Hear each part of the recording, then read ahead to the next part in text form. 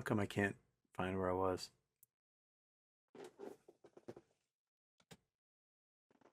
Expulsarn X, what do you think about all the classified documents showing up in the president's home and VP Pence?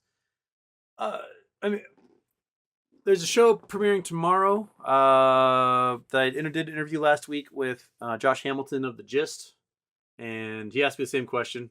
And here's the way I understand it, is that if you are in the national security apparatus, you are part of the National Security Council, and you work 24 hours a day. Wherever you are, if you're on vacation somewhere, a whole bunch of documents show up with you and you got to read through it all and spend your day getting briefings and reading all this stuff.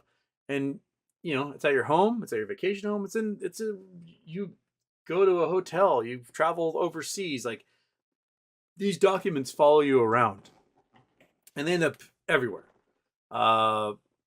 The problem is that the National Archives needs to have a dedicated person or team whose entire job it is to collect all these documents when they're done.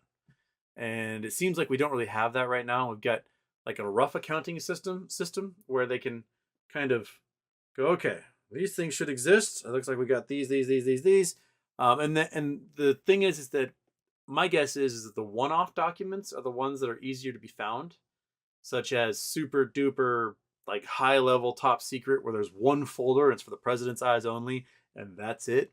Those ones are easier to account for than documents that go to, the DIA chief or the head of the CIA and the vice president, whatever. You might have a dozen of those. And those are the ones that I think are harder to maintain accounting for. And those are the ones that end up, when they move out of the Naval Observatory and head home, they just take shit out of things, put them in boxes, and you move home, and then you set them aside, and you go, I'm going to go decompress for a while. I think those are what are like found at Mike Pence's house and in Biden's house. And those, we're talking like 10 sheets of paper, right? That's different than knowingly taking 300 ultra top secret documents, lying about having them, being caught on film, moving them to hide them, and then lying to the lawyer with your lawyers to the court saying, "Oh, we don't have it," and then the FBI does a raid and finds them all.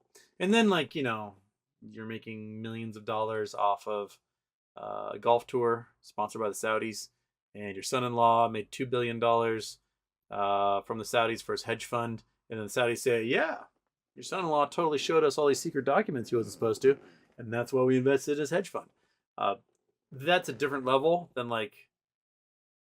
these are mixing my things. So sorry. Here you go.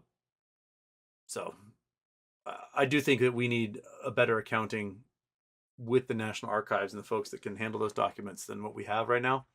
But that's where we are. Okay.